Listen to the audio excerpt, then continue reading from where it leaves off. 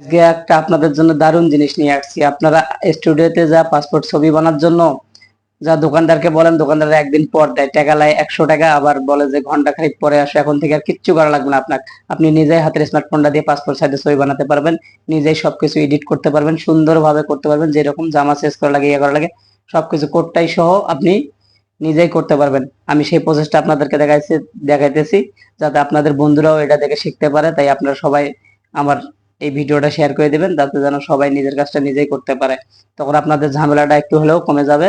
নিজেই এডিট করে শুধু প্রিন্টের দোকানে যা 5 টাকা দিয়ে এক পিস করে ছবি প্রিন্ট করে নেবেন। তখন আপনার ঝামেলাও শেষ, সময়ও বাঁচলো, সবকিছুই আপনি করতে পারছেন, আর নিজের ইচ্ছা মতো তখন আপনি করতে পারছেন। চলুন কথা না বাড়িয়ে আপনাদেরকে আমি সেই প্রসেসটাই দেখাই। প্রথমে আমি চলে যাব ক্রোম ব্রাউজারে। ক্রোম ব্রাউজারে যাওয়ার পর এখানে আপনি সার্চ করবেন ক্যাপকাট প্রো। এই যে ক্যাপকাট প্রো, এখানে চলে আসার পর এই যে ক্যাপকাটের প্রোর উপরে চাপ দিবেন। চাপ দেওয়ার পর এখানে এই যে থ্রি ডটে ক্লিক করবেন।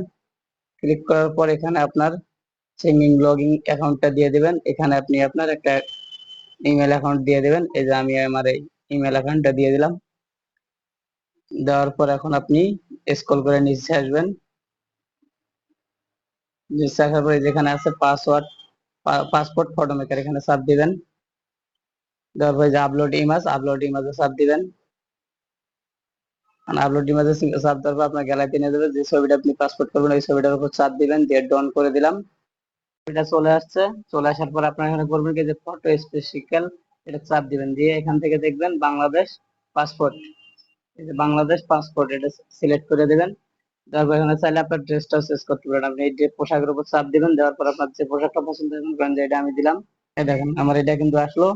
কারণ আপনি চাইলে যে কোনো পোশাক একটা দিতে পারবেন। যেমন আমি যেটা দিলাম, আমার এটা হচ্ছে ওইটাই ভালো, ওইটাই থাক, আমি ওইটাই দিয়ে দিলাম।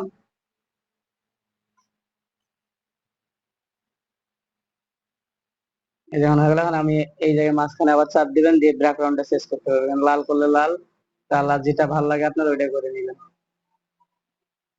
আমি এটাই করে দিলাম, ডন। এখন এখানে যে নিচে ডাউনলোড এইচডিএমআই, এখানে চাপ দিলে কিন্তু আমার ছবিটা ডাউনলোড হয়ে গেল। এখন এটা গ্যালারিতে চলে গেছে। এই যে আমার ছবিটা এখন গ্যালারিতে আছে। এই যে আমার ছবি করা কমপ্লিট। এখন আমি নিজে আপনাদের গ্যালারিতে যা দেখাই, এই দেখেন গ্যালারির মধ্যে ছবিটা চলে আসছে।